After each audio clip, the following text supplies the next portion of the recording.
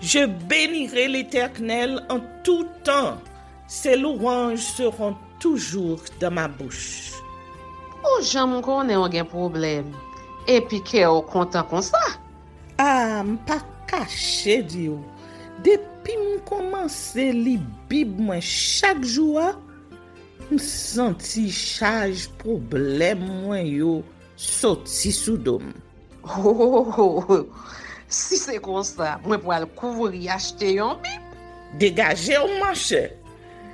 Mais en attendant, ou qu'attendez radio télévision d'espoir?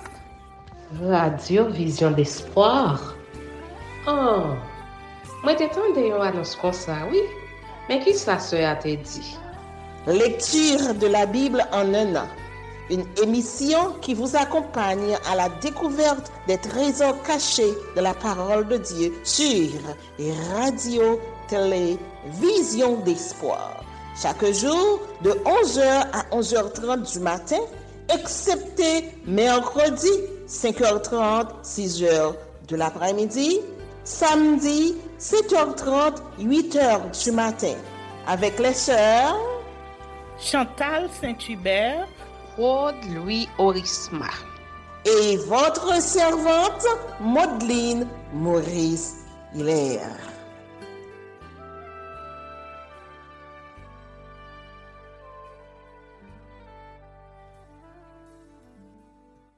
Saint-Esprit de Dieu, fais-nous la grâce de jouir de ta présence durant cette lecture qui enseigne, convainc, corrige, instruit et qui sauve. Au nom de Jésus. Amen. 1 Chronique, chapitre 25. Les chantres distribués en 24 classes. David et les chefs de l'armée mirent à part pour le service ceux des chefs d'Asaph, d'Héman et de Jéduthun, qui prophétisaient en s'accompagnant de la harpe, du luth et des cymbales. Et voici le nombre de ceux qui avaient des fonctions à remplir. Des fils d'Asaph, Zakur, Joseph, Netania et Acharéla, fils d'Asaph, sous la direction d'Asaph, qui prophétisait suivant les ordres du roi. De Jéduthun, les fils de Jéduthun, Guédalia, Tseri, Esaïe, Achabia, Matithia et Chiméi, 6 sous la direction de leur père Jéduthun, qui prophétisaient avec la harpe pour louer et célébrer l'Éternel. D'Héman, les fils d'Héman, Bukidja, Matania, Uziel, Shebuel, Jérimoth, Anania, Anani, Eliata, Giddalti, Romanti Ezer, Joshbekasha, Malothi, Hothir, Machazioth, tous fils d'Héman qui étaient voyants du roi pour révéler les paroles de Dieu et pour exalter sa puissance. Dieu avait donné à Héman 14 fils et 3 filles. Tout cela était sous la direction de leur père pour le chant de la maison de l'Éternel et avait des cymbales, des luths, des harpes pour le service de la maison de Dieu. Asaph, Jéduthun et Héman recevaient les ordres du roi. Ils étaient au nombre de 288, y compris leurs frères, exercés au chant de l'Éternel, tous ceux qui étaient habiles. Ils tirèrent au sort pour leurs fonctions, petits et grands, maîtres et disciples. Le premier sort échut pour Asaph, à Joseph, le second à Guédalia, lui, ses frères et ses fils, 12. Le troisième à Zakur, ses fils et ses frères, 12. Le quatrième à Gisréri, ses fils et ses frères, 12. Le cinquième à Netania, ses fils et ses frères, 12. Le sixième à Bukidja, ses fils et ses frères, 12. Le 7e à Jessaréla, ses fils et ses frères, 12. Le 8e à Ésaïe, ses fils et ses frères, 12. Le 9e à Matania, ses fils et ses frères, 12. Le 10e à Chiméi, ses fils et ses frères, 12. Le 11e à Azariel, ses fils et ses frères, 12. Le 12e à Achabia, ses fils et ses frères, 12. Le 13e à Shubael, ses fils et ses frères, 12. Le 14e à Matithia, ses fils et ses frères, 12. Le 15e à Jérémoth, ses fils et ses frères, 12. Le 16e à Amania, ses fils et ses frères, 12. Le 17e à Joshbekasha, ses fils et ses frères, 12. Le 18e à Anani, ses fils et ses frères, 12. Le 19e à Maloti, ses fils et ses frères, 12. Le 20e à Elijata, ses fils et ses frères, 12. Le 21e à Otir, ses fils et ses frères, 12. Le 22e à Gidalti, ses fils et ses frères, 12. Le 23e à Makazioth, ses fils et ses frères, 12. Le 24e à Romati Ezer, ses fils et ses frères, 12.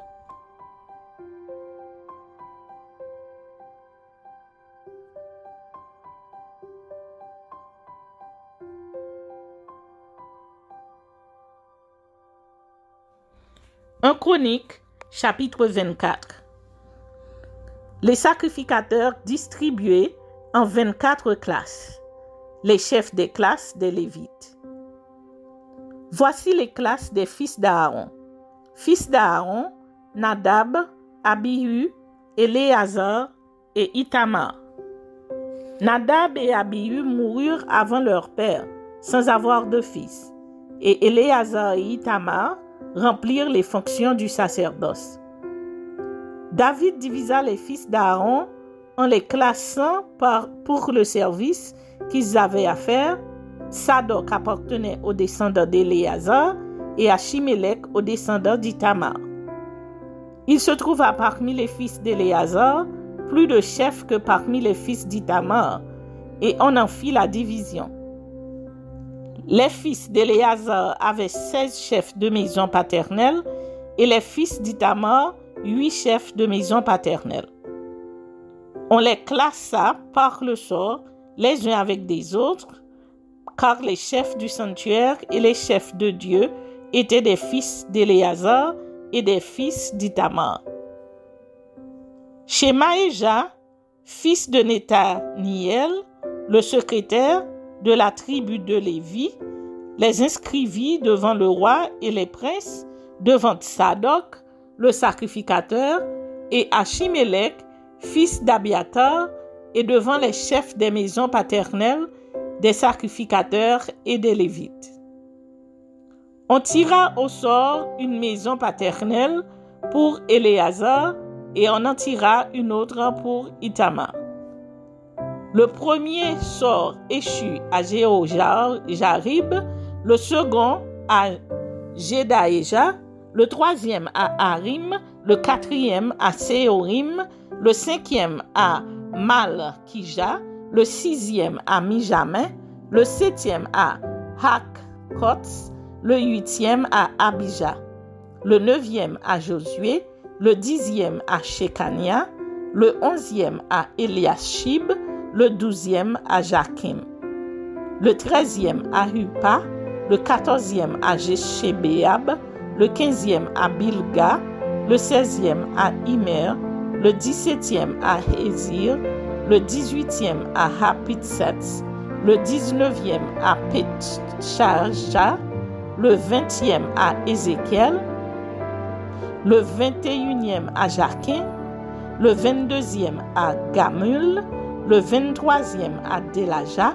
le 24e à Mahazia, C'est ainsi qu'ils furent classés pour le service, afin qu'ils entrassent dans la maison de l'Éternel en se conformant à la règle établie par Aaron, leur père, d'après les ordres que lui avait donnés l'Éternel, le Dieu d'Israël. Voici les chefs du reste des Lévites, des fils d'Amram: Shubaël, des fils de Shubaël, Jeshdia, de Rekabia, des fils de Rekabia, le chef Jishija, des Jisséharites, Shelomoth, des fils de Shelomoth, Jachash, fils d'Hébron, Jérija, Amaria, le second, Jakaziel, le troisième, Jékamiam, le quatrième, fils d'Uziel, Miché, des fils de Miché, Shamir, frère de Miché, Jishija, des fils de Jishija, Zacharie, fils de Merari, Mashli et Mouchi, et les fils de Jaazija, son fils de Merari, de Jaazija, son fils, Shoham, Zakur et Ibri, de Mashli, Éléazar, qui n'eut point de fils, de Kis, les fils de Kis, Jérachmiel, fils de Mouchi, Mashli, Éder et Jérimoth. Ce sont là les fils de Lévi selon leur maison paternelle. Eux aussi, comme leurs frères, les fils d'Aaron, ils tirèrent au sort devant le roi David, Tsadok et Achimélec, et les chefs des maisons paternelles des sacrificateurs et des Lévites. Il en fut ainsi pour chaque chef de maison comme pour le moindre de ses frères.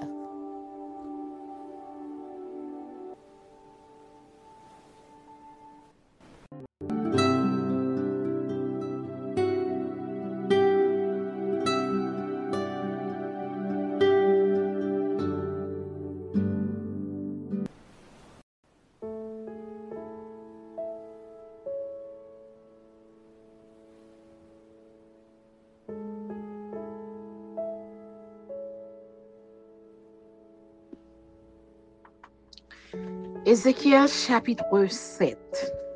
La parole de l'Éternel me fut adressée en ces mots. Les trois fils de l'homme, ainsi parle le Seigneur l'Éternel, sur le pays d'Israël, voici la fin. La fin vient sur les quatre extrémités du pays. Maintenant, la fin vient sur Troie. J'enverrai ma colère contre Troie. Je te jugerai selon tes voies. Je te chargerai de toutes tes abominations. Mon œil sera pour toi sans pitié, et je n'aurai point de miséricorde, mais je te chargerai de tes voies. Et tes abominations seront au milieu de toi, et vous saurez que je suis l'Éternel. Ainsi parle le Seigneur l'Éternel, un malheur unique. Voici, il vient, la fin vient, elle se réveille contre toi. Voici, elle vient. Ton tour arrive, habitant du pays. Le temps vient, le jour approche, jour de trouble et plus de cris de joie dans les montagnes. Maintenant, je vais bientôt répandre ma fureur sur toi, assouvir sur toi ma colère. Je te jugerai selon tes voies. Je te chargerai de toutes tes abominations. Mon œil sera sans pitié et je n'aurai point de miséricorde. Je te chargerai de tes voies et tes abominations seront au milieu de toi. Et vous saurez que je suis l'Éternel, celui qui frappe. Voici le jour, voici il vient, le tour arrive, la verge fleurit, l'orgueil s'épanouit. La violence s'élève pour servir de verge à la méchanceté. Plus rien de leur foule bruyante, de leur multitude. On ne se lamente pas sur eux.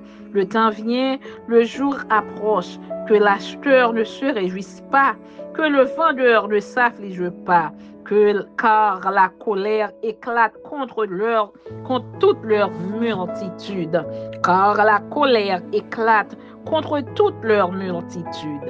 Non, le vendeur ne recouvrera pas ce qu'il a vendu, fût-il encore parmi les vivants, car la prophétie contre toute leur multitude ne sera pas révoquée, et à cause de son iniquité, nul ne conservera sa vie. On sonne de la trompette, tout est prêt, mais personne ne marche au combat, car ma fureur éclate contre toute leur multitude. L'épée au dehors, la peste et la famine au dedans. Celui qui est au champ mourra par l'épée. Celui qui est dans la ville sera dévoré par la famine et par la peste. Leurs fuyards s'échappent. Ils sont sur les montagnes comme les colombes des vallées, tous gémissant, chacun sur son iniquité. Toutes les mains sont affaiblies, tous les genoux se fondent en eau. Ils se saignent de sac et la terreur les enveloppe. Tous les visages sont confus, toutes les têtes sont rasées. Ils jetteront leur argent dans les rues et leur or sera pour eux un objet d'horreur. Leur argent et leur or ne pourront les sauver au jour de la fureur de l'Éternel. Ils ne pourront ni rassasier leur âme, ni remplir leurs entrailles, car c'est ce qui les a fait tomber dans leur iniquité. Ils étaient fiers de leur magnifique parure et ils en ont fabriqué les images de leurs abominations, de leurs idoles. C'est pourquoi je la rendrai pour eux un objet d'horreur. Je la donnerai en pillage aux mains des étrangers et comme butin aux impies de la terre, afin qu'ils la profanent. Je détournerai d'eux ma face et l'on souillera mon sanctuaire. Des furieux y pénétreront et le profaneront. Prépare les chaînes, car le pays est rempli de meurtres. La ville est pleine de violence. Je ferai venir les plus méchants des peuples pour qu'ils s'emparent de leurs maisons. Je mettrai fin à l'orgueil des puissants et leurs sanctuaires seront profanés. La ruine vient, ils cherchent le salut et point de salut. Il arrive malheur sur malheur. Un bruit succède à un bruit. Ils demandent des visions aux prophètes. Les sacrificateurs ne connaissent plus la loi. Les anciens n'ont plus de conseil.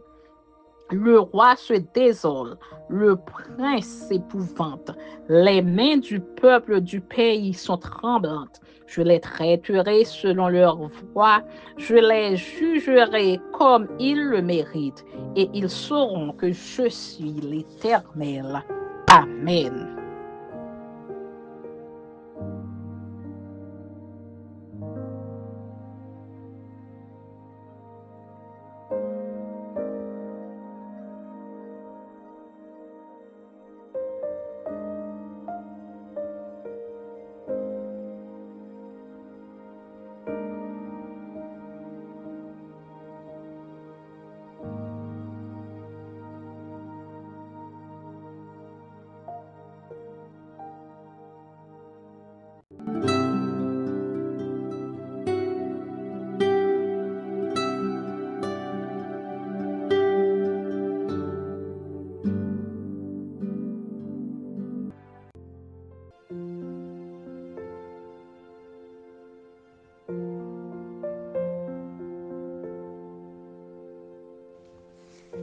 Apocalypse chapitre 15.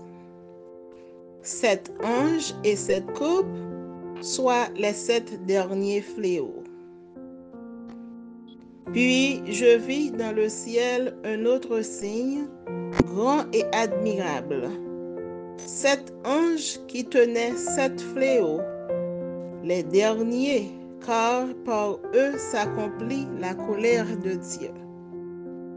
Et je vis comme une mer de verre mêlée de feu, et ceux qui avaient vaincu la bête et son image, et le nombre de son nom, debout sur la mer de verre, ayant des harpes de Dieu. Et ils chantent le cantique de Moïse, le serviteur de Dieu, et le cantique de l'agneau, en disant: Tes œuvres sont grandes et admirables, Seigneur Dieu Tout-Puissant. Tes voies sont justes et véritables, Roi des nations. Qui ne craindrait, Seigneur, et ne glorifierait ton nom? Car seul tu es saint. Et toutes les nations viendront et se prosterneront devant toi, parce que tes jugements ont été manifestés. Après cela, je regardai, et le temple du tabernacle du témoignage fut ouvert devant le ciel. Et les 7 anges qui tenaient les 7 fléaux sortirent du temple, revêtus d'un lin pur, éclatant et ayant des ceintures d'or autour de la poitrine. Et l'un des 4 êtres vivants donna aux 7 anges 7 coupes d'or, pleines de la colère du Dieu qui vit au siècle des siècles. Et le temple fut rempli de fumée à cause de la gloire de Dieu et de sa puissance. Et personne ne pouvait entrer dans le temple jusqu'à ce que les 7 fléaux des 7 anges fussent accomplis.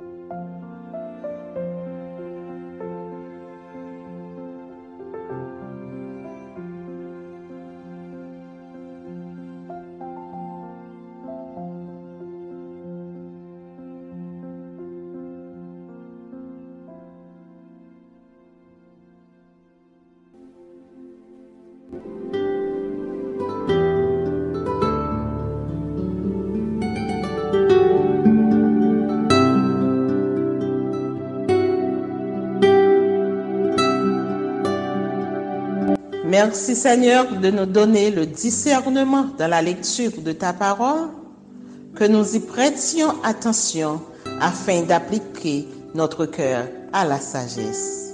Amen. Que celui qui a des oreilles pour entendre, entende, et que celui qui lit fasse attention.